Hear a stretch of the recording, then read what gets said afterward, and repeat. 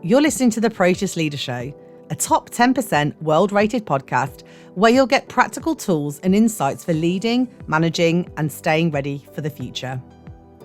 Your host today is a senior leader of Proteus International, a firm that focuses uniquely on leader readiness, working to support organisations of all sizes and industries all over the world. Ready for something you can use today? Enjoy this episode.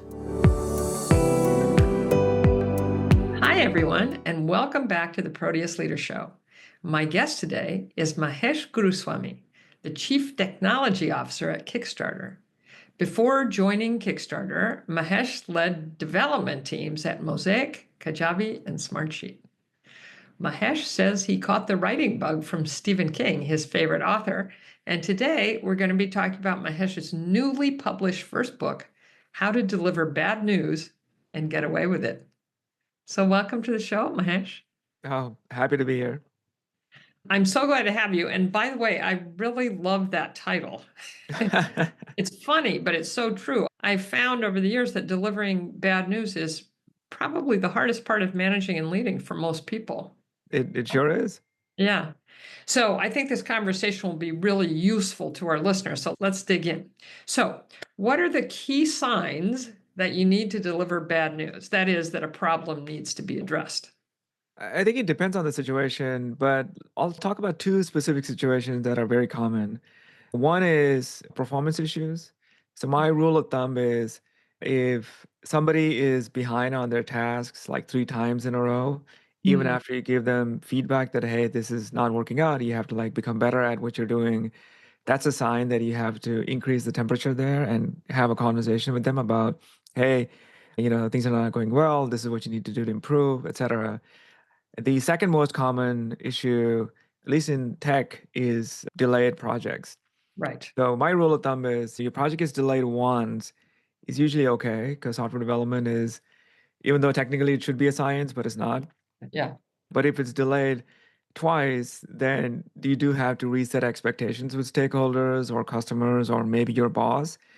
And that is also where you have to deliver some tough news to your stakeholders. So those are the two most common ones that I have seen in my career. And in general, what I tell my team is the little voice in your head when it starts to tell you that something is going wrong, pay attention to it, please. And a lot of leaders tend to ignore that voice because it's easy to ignore it, hoping that the issue will go away. Yes. It won't. What you just said is so great. Rules of thumb are great. This has happened 3 times. That's great. And that completely agree with you about the voice in your head, because one of the things I found is that often, and I'd love to get your perspective on this, leaders get held hostage to people who have good excuses and who seem well intentioned, and that voices in your head is going, right? Yeah, what I firmly believe in is 99% of the professional working population are just great. They are skilled, they know what to do. A lot of times when I part ways with people, it's because it's not a good fit for the team or not a good fit for the company, or sometimes not a good fit for me working with this person. It could be any of these combinations. Right. Inherently, I like to believe they are good, which is why these discussions are even harder Yes. because they could be nice. Personally, they're great. They're easy to get along with. You can go have lunch or dinner with them and you'll have a good time. But if they're behind on their task, it even makes it even harder to tell them, hey, person, this is not working out. Yeah.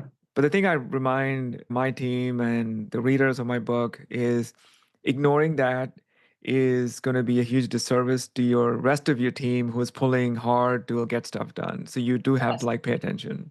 Oh, I love that. I feel like mindset is so important. So that mindset that it's a disservice to the rest of the team, and also it's a disservice to that person. That's right. If they don't have a clear sense of, okay, this is non-negotiable, then they're just going to keep wandering around. I often feel like leaders do that disservice to their people by not making it clear for them what's really important. That's right. And I've started using this technique just for myself when I join a new company. During peace times, I will often tell my boss, hey, at any point in time, if you feel like I'm not working out here, just tell me. Because I understand that businesses come and go. I understand teams come and go. So don't hesitate to tell me if I'm not needed here. Yes. and we'll figure out a way to like part ways amicably. When I was early in my career, I imagined working at the same company for like 30, 40 years. Oh, I'm just going to retire here. Right. But the more time I spend in the industry, the more I come to realize that tying your self-worth to a company is a very bad idea. Yeah. So I always separate the two of them so that I want to believe that I'm in control of my own destiny. So even if I get let go tomorrow, I'll be able to find my way because I have faith in what I can do and my skills. Wow, that's great. And that approach as an employee, I think, is also helpful for the leader because it gives them a clear signal that you're open to hearing the truth. That's right. Don't That's have to right. Yeah. pussyfoot around and walk on eggs when they have to tell you something tough. 100%. 100%. Let's talk about the bad news. So, what happens in your experience? What are the downsides? What are the bad things that happen when managers either avoid giving bad news or do it poorly? We touched upon this briefly. When managers hesitate to talk the truth and sort of give the bad news as is, it's almost like pressure is building up somewhere else Yeah. that they are not paying attention to. And at one point, it's going to explode. So I'll give you an example. When I was early in my career, one of the first teams I managed, I wanted to be everybody's friend. I still like to be friendly with everybody. I still like to be personable, but I understand that teams are not families. They're completely different. Yeah. So one of the employees on my team, he was having trouble. He was like delayed on his tasks. And I delayed it, hoping for two things. One, it'll go away on its own.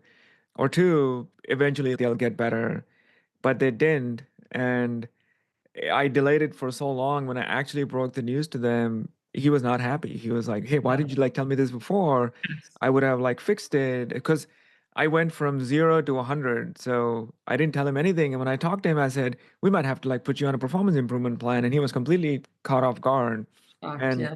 same goes for project delays too. I mean, the managers always want to deliver good news, especially if you're the owner of a critical project. You want to look good in front of the executives and your Yeah. boss and your CEO.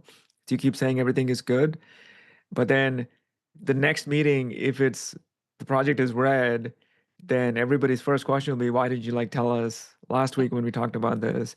Yeah. So oftentimes it's hard to say those words, but it's better to say it than not. That's a great example. And people are smart. They know that things don't go great, great, great, great, terrible. That's You know, right. That's right. something in between that could have been said. That's right. That's right. So we always promise practical takeaways. So what Mhm. can managers start doing today, right now, to be better at delivering difficult messages? One is start creating a framework for detecting when to start raising the temperature.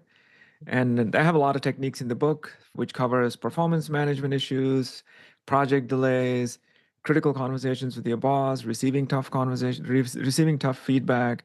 So form like a mental model. When do you want to intervene, and when do you want to take a different step?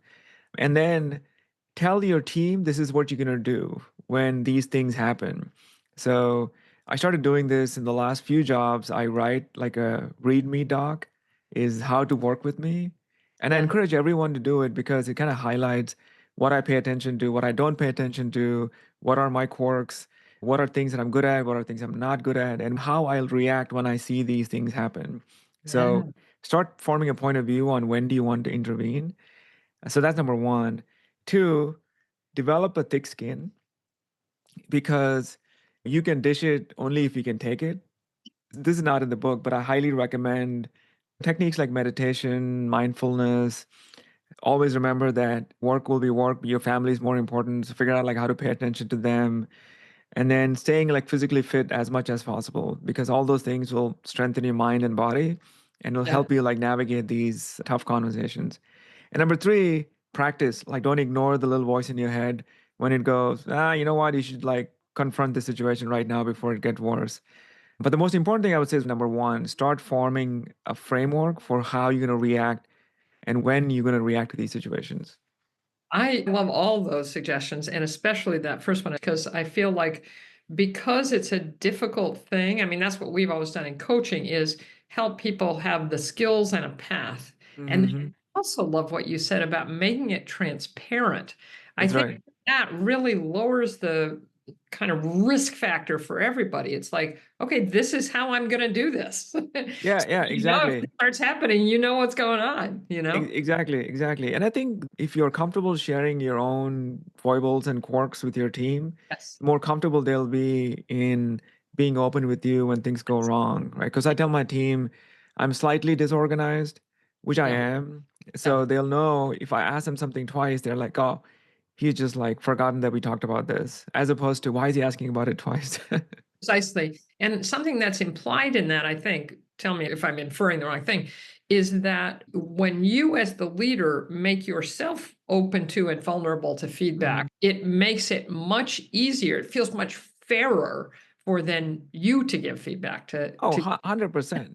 I believe that teams will reflect back your emotions and the way you show up. yeah, yeah. So when you're open with, you know what, I messed up, this is my fault, and you say those words, then your team will be much open to saying, oh, you know what, this was my fault. We messed up. Let's go fix this. Oh, I love this. It would be hard for me to agree more with what you're saying. So thank you so much, Mahesh. I think what you've shared is just enormously useful in this heart of difficulty for managers. So thank you so much. This is Yeah, great. yeah, absolutely. And listeners, you can find out more about Mahesh and buy How to Deliver Bad News and Get Away with It at maheshguruswamy.com or at Amazon. And to find out how Proteus supports leaders to do the hard work of people management with clarity and heart, just go to proteus-international.com. So thank you for listening. And until next time, here's to creating the life you truly want. We hope you're feeling better equipped to create the career, the business, and the life you want. To find out more about how we support our clients in leadership, learning, and change, visit us at proteus-international.com. Have an excellent day, and thanks for listening.